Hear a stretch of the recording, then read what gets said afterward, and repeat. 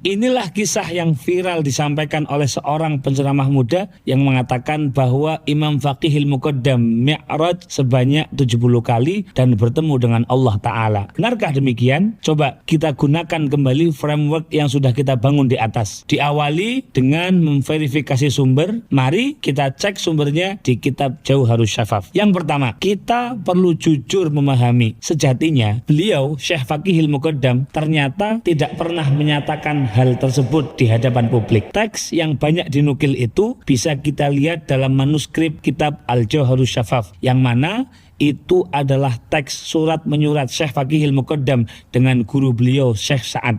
Di dalam surat tersebut, beliau bertanya kepada guru beliau mengenai pengalaman spiritual yang beliau alami ketika tengah beribadah. Beliau merasa ditampakkan Sidratil Muntaha, sedangkan orang lain melihat beliau seakan-akan dimi'rajkan. Bahkan menurut tulisan Syekh Faqihil Muqaddam sendiri, orang-orang yang melihat berbeda pendapat tentang berapa kali mereka melihat terjadinya hal tersebut. Hal yang mengejutkan ini membuat beliau bertanya kepada gurunya tentang apa yang sebenarnya terjadi. Maka sang guru pun menjawab suratnya dan menganjurkan kepada Syekh Faqihil Muqaddam untuk tidak terpengaruh dengan hal tersebut dan tetap memegang zahirus syariat apapun yang terjadi. Jadi beliau sendiri tidak pernah mengumbar cerita ini kepada orang luar, bahkan kepada gurunya pun dalam status bertanya. Lalu narasi memastikan angka 70 kali dan bahkan bertemu dengan Allah ini didapatkan dari sumber yang mana? Sayangnya kisah ini sering dipelintir sedemikian rupa sehingga terkesan Syekh Faqihil Muqaddam lah yang tengah berbangga-bangga dengan pengakuan ini. Proses verifikasi sumber dan validasi sumber yang kita lakukan telah membuktikan bahwa narasi si penceramah tidak sesuai dengan apa yang tertulis di kitab rujukan. Terlebih dalam proses identifikasi audiens, kisah ini disampaikan kepada orang awam di depan kamera yang dapat disaksikan kalangan luas. Terlebih tanpa menjelaskan bidayah atau proses permulaan dari sosok wali yang diceritakan. Bagaimana jika dikisahkan ada seorang wali yang mi'raj serta diperlihatkan hal-hal yang menakjubkan? Salah satu yang cukup populer adalah kisah mi'rajnya Syekh Abu Yazid Al-Bustami yang merupakan seorang ulama salaf. Beliau dilahirkan pada tahun 188